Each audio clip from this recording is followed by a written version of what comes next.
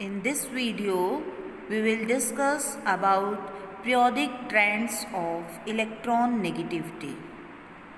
When we move left to right in a period, the atomic radius of the element decreases.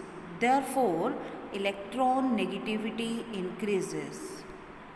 Hence, electron negativity is maximum for halogens in their respective period and minimum for the alkali metals, as alkali metals has largest atomic radius in their respective period. If we compare electron negativity of oxygen and nitrogen, it is find that oxygen is more electronegative element than nitrogen, as oxygen has more effective nuclear charge as compared to nitrogen, or the number of protons in oxygen atoms are greater than nitrogen. Therefore, it experiences more effective nuclear charge. Therefore, its electronegativity is greater than nitrogen atom. Also, the electronic configuration of nitrogen is exactly half filled. When we move down the group in the periodic table, electron negativity decreases as atomic radius increases. If we compare electron negativity of oxygen and sulfur, it is find that oxygen has higher electron negativity than sulfur, as oxygen has smaller atomic radius. Electron negativity of inert gases is 0, or group 18 elements have 0 electron negativity because they don't form any covalent bond. They exist in the atomic state in the nature. They don't have capacity to combine with other elements. Therefore, their electron negativity is always 0. But there is some exceptions in the value of electron negativity.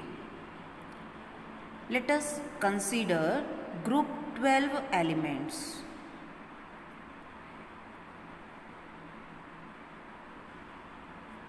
If we compare the electron negativity of group 12 elements, that are zinc, cadmium and mercury, the value of electron negativity decreases on moving down the group. Therefore, zinc should have maximum electron negativity, but the trend is reverse. This is due to exceptional case.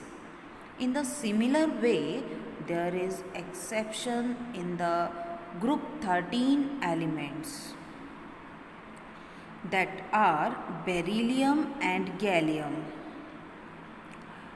The electron negativity of aluminium should be greater than gallium, but gallium has greater value than aluminium. In the similar way, in group 14 elements, there is no change in the value of electron negativity on moving down the group from silicon to lead. These all elements have nearly same electron negativity. Next is measurement of electron negativity in the periodic table. Fluorine element in the periodic table has maximum value of electron negativity. Hence, fluorine is most electron negative element in the periodic table, whereas francium is the least electron negative element in the periodic table. But as francium is the radioactive element, therefore we don't consider this element.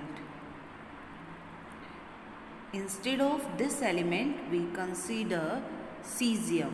Cesium is least electron negative element in the periodic table. This is all about from my side. Thank you.